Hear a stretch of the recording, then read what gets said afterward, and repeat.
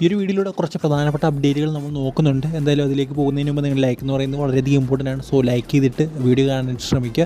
എന്തായാലും ആദ്യത്തെ അപ്ഡേറ്റിലേക്ക് കിടക്കാം. ആദ്യത്തെ അപ്ഡേറ്റ് എന്ന് പറയുന്നത് ഫെലീസിയോ ബ്രൗണുമായിട്ട് വന്നപ്പോഴേക്ക് അപ്ഡേറ്റാണ്. നമുക്കറിയാം മുൻ ഈസ്റ്റ് ബംഗാൾ താരമായിരുന്നു ഫെലീസിയോ ബ്രൗൺ. സീസണിൻ്റെ പകുതിയോടെ ഈസ്റ്റ് ബംഗാൾ എത്തിച്ചൊരു താരമായിരുന്നു അദ്ദേഹം.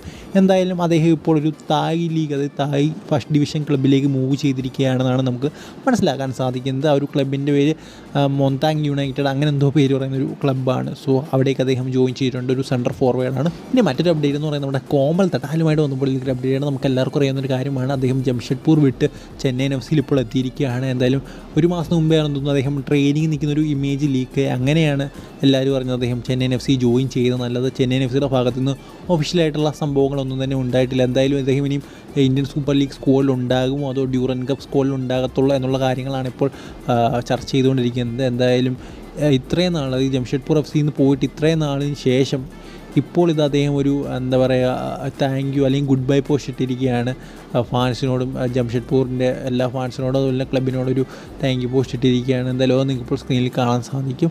സോ എന്താണ് ഇത്രയും താമസിച്ചെന്നറിയില്ല. ഒരുപക്ഷെ അവിടുത്തെ കോൺട്രാക്റ്റ് കഴിയാൻ വേണ്ടി കാത്തിരുന്നതായിരിക്കുമെന്നാണ് എനിക്ക് തോന്നുന്നത്. ഇനി അടുത്ത അപ്ഡേറ്റ് അല്ല, നമുക്കറിയാം മിലോസ് റിഞ്ചിൻ്റെ കോൺട്രാക്റ്റ് പുതുക്കി കഴിഞ്ഞതിന് ശേഷം അതിൻ്റെ ഒരു സ്റ്റാറ്റ് കേരള ബ്ലാസ്റ്റേഴ്സ് പുറത്തേക്ക് ഇട്ടിരുന്നു. എന്തായാലും അത് നമുക്കൊന്ന് നോക്കാം. Clean sheet 5, appearance 19, tackles 14, blocks 16, clearance 51, interceptions 20, touches 986, minutes played 1739, പിന്നെ എന്താ പറയുക ഗോൾ കോൺട്രിബ്യൂഷൻ 2 ഉണ്ട്.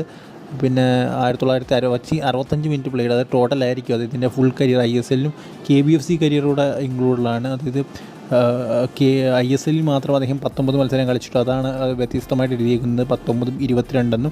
പിന്നെ ഗോൾ കോൺട്രിബ്യൂഷൻ 1965 മിനിറ്റ്. ടോട്ടലി അദ്ദേഹം KBFC കളിച്ചിട്ടുള്ളത് അത്രയുമാണ്. എന്തായാലും ISL-ലാണ് മുകളിൽ കാണിച്ചിരിക്കുന്നത്. താഴെ ചെറുതായിട്ടുള്ളത് ഫുൾ, അതായത് ഡ്യൂറൻ കപ്പ്, സൂപ്പർ കപ്പ് എല്ലാം ഉൾപ്പെടുന്നൊരു സംഭവമാണ്. എന്തായാലും കുഴപ്പമില്ലാത്തൊരു സ്റ്റാർട്ടെന്ന് പറയുക, ഒരു ആവറേജ് സ്റ്റാർട്ടായിട്ട് എനിക്ക് തോന്നിയിട്ടുള്ളൂ. സോ ഇതിന് മികച്ച സ്റ്റാർട്ടുള്ള താരങ്ങൾ ഇന്ത്യൻ സൂപ്പർ ലീഗിലുണ്ട്. സോ നിങ്ങളുടെ അഭിപ്രായം എന്താണ്? ഇതിനെക്കുറിച്ചുള്ള അഭിപ്രായം കമൻറ്റ് ബോക്സിൽ പറയുക.